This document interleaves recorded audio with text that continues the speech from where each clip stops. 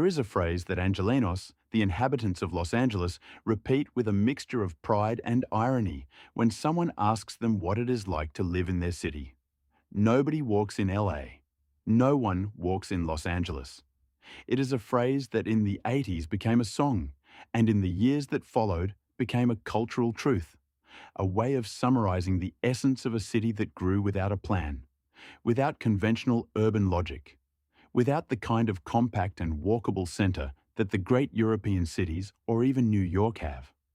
Los Angeles expanded in all directions at the same time, absorbing valleys and hills and beaches and deserts into an urban sprawl of more than 800 square kilometers, where the car is not a means of transport but an extension of identity. And yet, in the summer of 2026, millions of people from all over the world are going to arrive in Los Angeles to walk its beaches, to get lost in its neighborhoods, to eat in its markets, and to watch football in one of the most modern and most impressive stadiums that money can build. SoFi Stadium opened in 2020 after years of construction and an investment of nearly $5 billion, is located in Inglewood, a city within the Los Angeles metropolitan area, a few kilometers from LAX Airport. For the World Cup, it receives the official name Los Angeles Stadium, though nobody who knows it calls it that. It is the home of the Los Angeles Rams and the Los Angeles Chargers, the two NFL teams of the region, and since its opening, it has become the most luxurious stadium in the United States and probably the world. Capacity is 70,000, with expansion possible. The most striking feature of its architecture is the translucent cover that wraps around the stadium like a giant wave frozen in time, letting natural light through while protecting from sun and rain. Inside, a circular double-sided screen hanging from the center of the roof weighs more than 2,000 tons and is visible from any point in the stadium. It is, in many ways, the most American of all American stadiums. Excessive, spectacular, designed to impress before anything else. And which matches are going to be played there? Los Angeles hosts 8 matches, making it the second venue with the most matches in the tournament after Dallas. On June 12th, United States against Paraguay, the opening match of the American squad. On June 15th, Iran against New Zealand. On June 18th, Switzerland against the European playoff winner. On June 21st, Belgium against Iran. On June 25th, the United States against the European playoff C winner, which could be Turkey, Romania, Slovakia, or Kosovo. Then 2 round of 32 matches on June 28th and July 2nd, and the quarterfinal on July 10th. Wikipedia. That means supporters of the United States have a special reason to go to Los Angeles. Their team plays 2 of their 3 guaranteed group stage matches there, including the opening match of the tournament on June 12th. The official World Cup Fan Festival will transform the historic Los Angeles Memorial Coliseum, the Olympic Stadium of 1932 and 1984, into a global celebration of football, culture, and community for the 39 days that the tournament has a presence in the city. FIFA. And the ambassadors of the local organizing committee include Snoop Dogg, Magic Johnson, Eva Longoria, and Kobe Jones, which says quite a lot about the tone Los Angeles wants to give its participation in the tournament. Glamour, diversity, total entertainment. Now, what you need to know before arriving in Los Angeles is that the city is enormous and that getting around requires planning.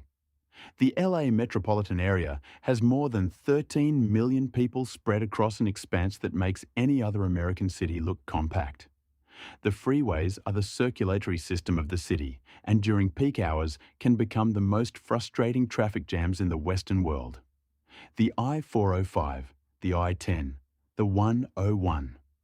Those are the main arteries, and during the World Cup, with World Cup tourism adding to the city's usual traffic, they can be particularly difficult. To get to SoFi Stadium, the best option is the metro. Los Angeles' metro system has grown considerably in recent years, and the C Line, the Green Line, connects the city centre with Inglewood and has a stop very close to the stadium. There are also special shuttle services from various points around the city on match days. If you rent a car, bear in mind that parking at the stadium is expensive and that getting out after the match can take more than an hour. The metro, though not the most glamorous transport experience in the city, is definitely the smartest option. For accommodation, Los Angeles has options for all budgets, but the geography of the city means that choosing where to stay is a decision that greatly affects how you experience your visit. If you want to be close to the stadium, hotels in Inglewood and the LAX area are the most practical for match days, though the area does not have much atmosphere outside the stadium. If you want to experience the real Los Angeles, the best options are the Venice Beach and Santa Monica neighborhoods on the coast, where the energy is relaxed and the beach is steps from restaurants and bars. Downtown LA, the historic center that in recent years has undergone a notable urban transformation, has interesting hotels and is well connected by metro. And West Hollywood, the most lively and most nocturnal neighborhood in the city, is the option for those who want to be at the heart of the party.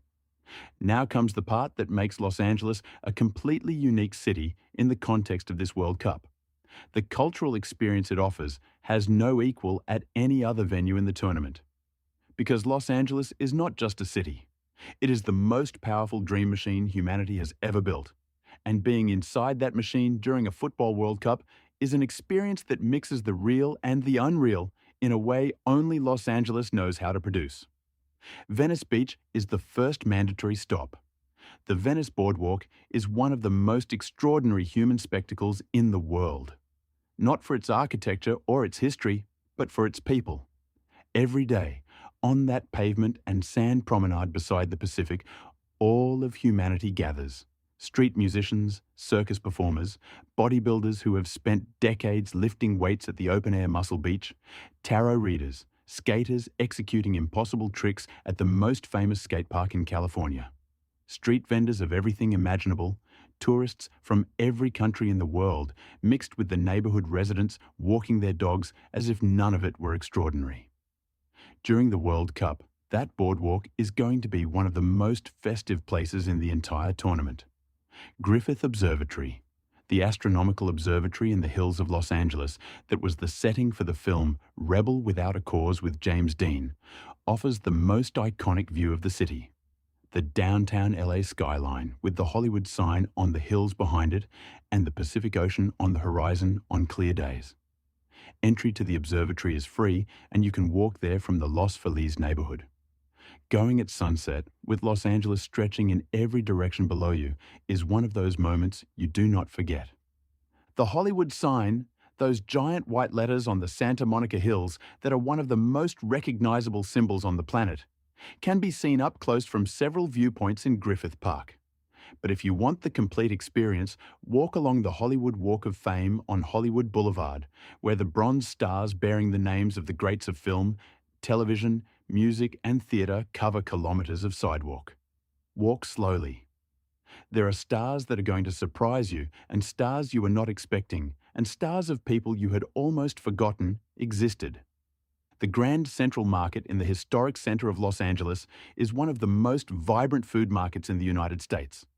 It has operated since 1917 in a historic building on Broadway and is the place where the culinary diversity of Los Angeles, which is the richest in North America, is on full display.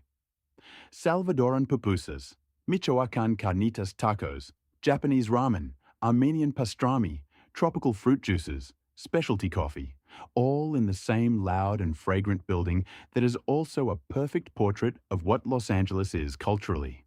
A place where all the world's cuisines coexist without any of them being the official one. And if you want the most absurd and most perfectly Angelino experience of all, take an Uber to Rodeo Drive in Beverly Hills and simply walk down that street. You do not need to enter any shop or spend a cent. Just walking along the most expensive sidewalk in the world, looking at the Gucci and Cartier and Hermes windows and the endless parade of cars that cost more than most houses in the world, already gives you one of the most cinematic experiences Los Angeles can offer. One more thing you cannot skip. Going to eat tacos al pastor at 2 in the morning at one of the street stalls in East Los Angeles, in the neighborhoods of East LA or Boyle Heights, where the largest Mexican community outside Mexico has created a gastronomic culture that is in itself a heritage of humanity. The taqueros, who have spent decades on the same corner, with their spit of rotating meat under the heat, and the cilantro, and the onion, and the green salsa, are an essential part of what makes Los Angeles be Los Angeles. During the World Cup, with supporters from Mexico and from all over the world searching for the best tacos in the city at impossible hours, those stalls are going to be the happiest places in California. Los Angeles is not easy to love at first sight. It is a city that demands patience, that does not deliver its best moments in an obvious way, but keeps them for those who take the time to look for them.